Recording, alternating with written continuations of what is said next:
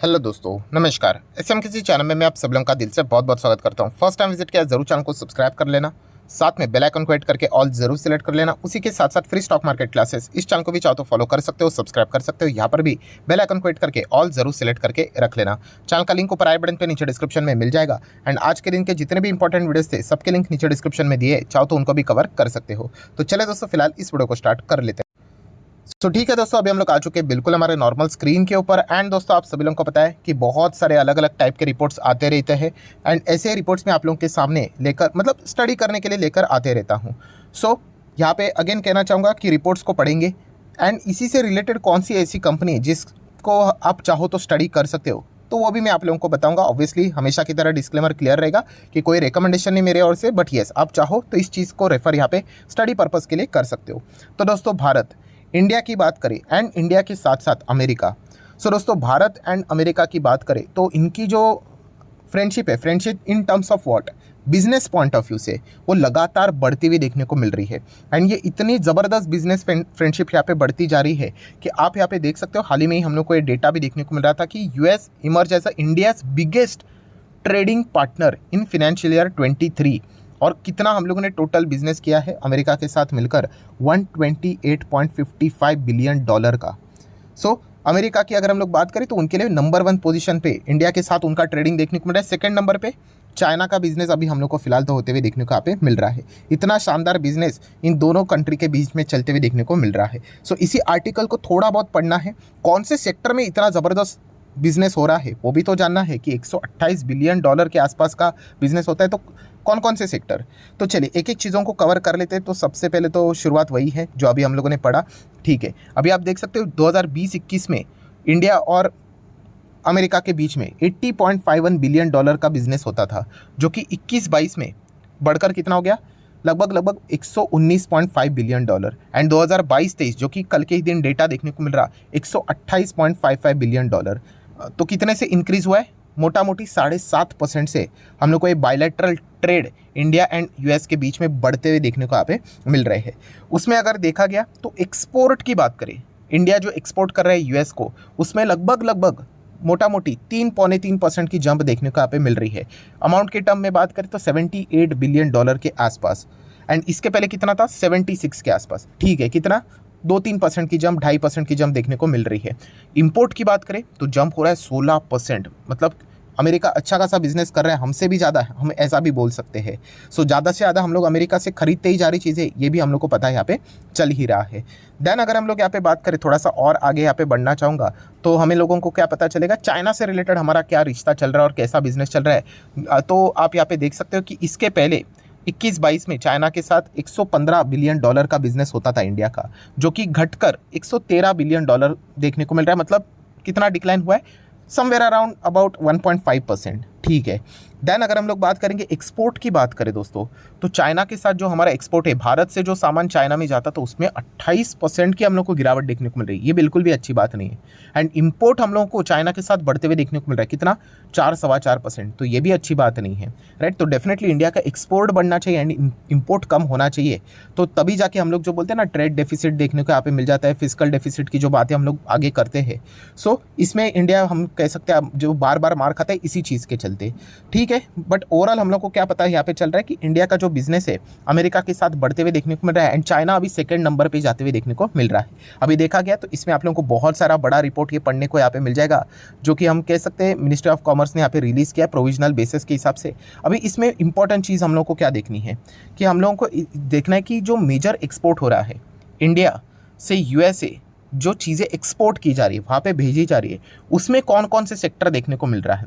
सो आप देख सकते हैं major export item from India to US include petroleum products है, पॉलिश डायमंड देखने को मिल रहे हैं, फार्मास्यूटिकल्स प्रोडक्ट देखने को मिल रहे हैं, ज्वेलरीज देखने को मिल रहा है, लाइट ऑयल्स एंड पेट्रोलियम की बात करें, देन फ्रोजन श्रिम्स की अगर हम लोग यहाँ पे बात करें तो ये सारी चीज़ें इंडिया से हम लोग अमेरिका में एक्सपोर्ट होती हुई देखने को मिल रहे हैं बड़े स्तर के ऊपर।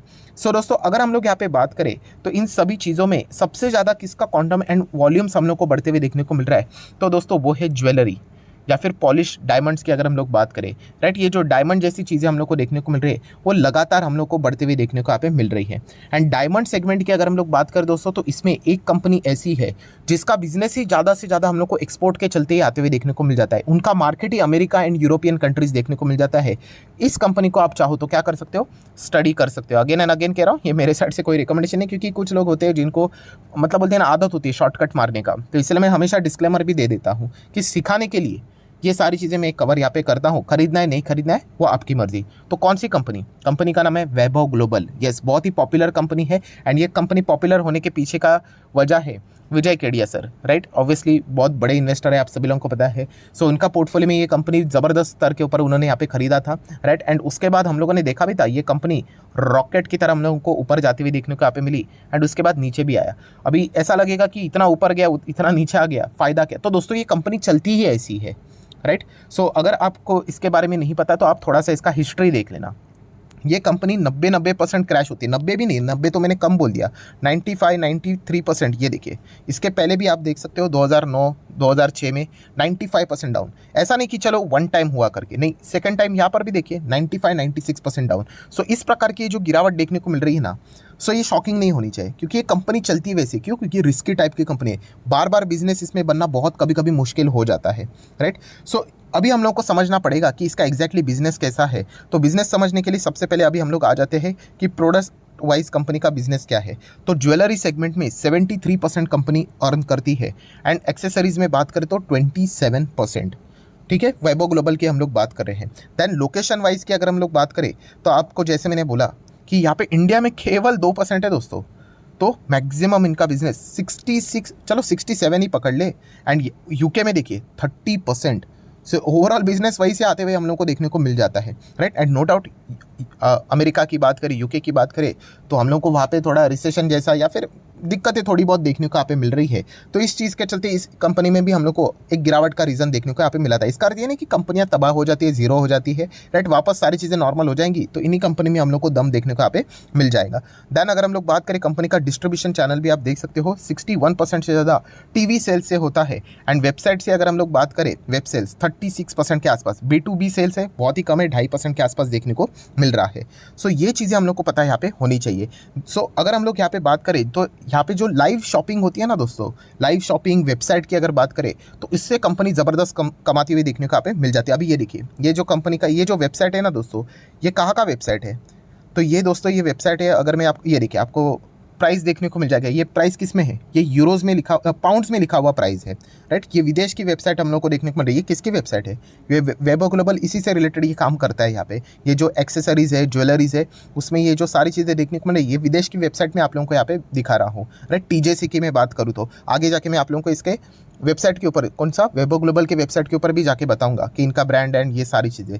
तो ये सारी चीज़ें आप चाहो तो यहाँ पे पढ़ सकते हो। देन इनका एक नया न्यू ब्रांड देखने को यहाँ पे मिल रहा है, कौन सा, तो ये देखिए ये वाला MC की अगर हम लोग यहाँ पे बात करें तो ये हम लोगों को जर्मनी में भी देखने को यहाँ पे मिल जाते हैं। यूके जर्मनी की बात करें तो वहाँ पे ये सारी चीज़ें देखने को यहाँ पे मिल जाती है। देन अगर हम लोग यहाँ पे बात करें तो रिचल गैलरी की अगर हम लोग बात करें तो वो भी वुमेन स्टाइलिश की अगर हम लोग बात करें तो वहाँ पे इनकी सारी चीज़ें हम लोग को फन वेयर देखने को यहाँ पे मिल जाती है। ये जो अभी पुराना ये वाला जो ब्रांड है हम लोगों ने देखा था ना, ये वाला, तो ये यूजुअली वो किसको टारगेट करते हैं, 40+ एज जिनका यहाँ पे होता है, राइट। तो उनको ये टारगेट करने की कोशिश यहाँ पे करते हैं, राइट। एंड अगर हम लोग यहाँ पे बात करें ये जो अभी का है ये वाले ब्रांड की अगर हम लोग बात करें तो इसमें भी आप लोगों को सेम वही चीज़ें देखने को मिल जाएगी। रिंग्स की बात करें, पेंडेंट्स की बात करें, इयररिंग्स की बात करें, ये सारे विदेश में आप लोगों को देखने को मिल जाते हैं, जो कि वैभव ग्लोबल के ही अंडर हम लोग को आते हुए देखने को मिल जाते हैं। उनके पास इनके राइट्स देखने को मिल जाते हैं।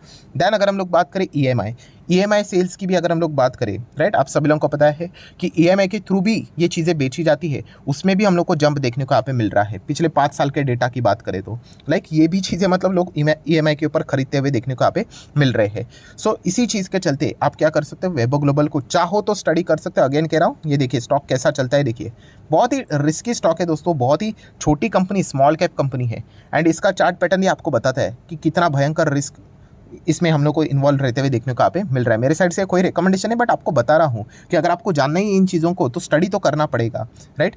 देन अगर हम लोग बात करेंगे तो ये देखिए कंपनी के बाकी वेबसाइट के ऊपर यहाँ पे मैं आ चुका हूँ, और जैसे मैंने आपको बताया कि रिटेल स्पेस में आप लोगों को देखने को मिल जाता है, ग्लोबल रिटेल स्पेस में ज्वेलरी, एक्सेसरीज, लाइफस्टाइल प्रोडक्ट की अगर हम लोग बात करें, एंड लार्जेस्ट इकोनॉमी को टारगेट करते किसको, यूएस एंड यूके को, जो ऑलरेडी मैं आपको यहाँ पे बता चुका हूँ। थोड़ा सा इनके वेबसाइट के ऊपर आ जाते हैं, तो ये कंपनी की वेबसाइट, एंड इसमें ये सारी चीज़ें लिखी हुई है कि इनका प्रेजेंस देखिए 30 से ज़्यादा कंट्रीज़ में है, बट मैक्सिमम अगर आप देखोगे तो अमेरिका एंड यूके में ही आप लोगों को, यूरोपियन कंट्रीज़ में ही देखने को मिल जाएगा। और जो नीले इसमें लिखा हुआ है वो क्या है, सो मैन्युफैक्चरिंग कौन सी कंट्रीज है कि सामान इनका यहाँ पे बनता कहाँ पे, प्रोडक्ट्स बनते कहाँ पे। सो दो ही देश मेजरली देखने को मिल जाते हैं, इंडिया एंड चाइना में इनके प्रोडक्ट्स हम लोग को बनते हुए देखने को यहाँ पे मिल जाते हैं। एंड सोर्सिंग भी कहाँ से होती है, तो वो भी सारा डेटा उन्होंने यहाँ पे लिखा हुआ है, इतने सारे कंट्रीज से उनको सोर्सिंग देखने को यहाँ पे मिल जाती है। एंड देन अगर हम लोग कंपनी के और भी कंपनीज़ के अंडर की बात करें, तो देखिए ये यूएसए की अगर हम लोग बात करें तो B2C हम लोग को इनके बिजनेस देखने को मिल जाते हैं। देन अभी जो कंपनी मैंने आपको दिखाया ना यूके वाली TJC, ये जो अभी आप लोगों को मैंने पाउंड की बात की थी, ये वही कंपनी है, राइट। तो ऐसे इनके जर्मनी के शॉप्स आपको देखने को मिल जाएंगे, हांगकांग के शॉप्स देखने को मिल जाएंगे, एंड ये लिस्ट बहुत लंबी है। सो ये सारी चीज़ें आप लोगों ने ज़रूर यहाँ पे पढ़नी चाहिए। सो कंपनी की अगर मैं बात करूँ, बहुत ही रिस्की है, स्मॉल कैप कैटेगरी में ये स्टॉक देखने को मिल जाता है, बहुत ही ज़्यादा वॉलेटाइल है, 70-80%, 90% तक हिस्ट्री बताता है कि ये कंपनी गिरावट दिखाती है। डायमंड, ज्वेलरीज, जेम्स, इस कंपनी, ये सेगमेंट में एक कंपनी हम लोग को काम करते हुए देखने को यहाँ पे मिल जाती है। एंड कंपनी का P&L देखोगे तो बिल्कुल स्टेबल नहीं रहता है, कभी 40 तो कभी 60, कभी सीधा 80 करोड़ का घाटा तो कभी सीधा 150 करोड़ का प्रॉफिट, ऐसा करते करते मतलब स्टेबल नहीं है कंपनी। वॉलेटिलिटी बहुत ही भयंकर, अगर आप कंपनी का OPM भी देखोगे, ऑपरेटिंग प्रॉफिट मार्जिन, तो वो भी आप लोगों को हाईली वॉलेटाइल नज़र आ जाएगा, राइट। कभी 10% तो कभी 5, सीधा आधा हो जाता है, तो कभी वापस 11%, तो कभी 15%, तो वापस कभी 7%। तो ये इतना रिस्की कंपनी है, तो ये पॉइंट आप लोगों को पता होना चाहिए। देन शेयर होल्डिंग पैटर्न की बात करें तो 57% प्रमोटर के पास देखने को मिल रहा है, 21% FIS का ये फेवरेट स्टॉक है, आप ऐसा भी बोल सकते हो। DIS की बात करें तो बहुत ही कम है, DIS हम लोग को धीमे धीमे कम होते हुए देखने को मिले।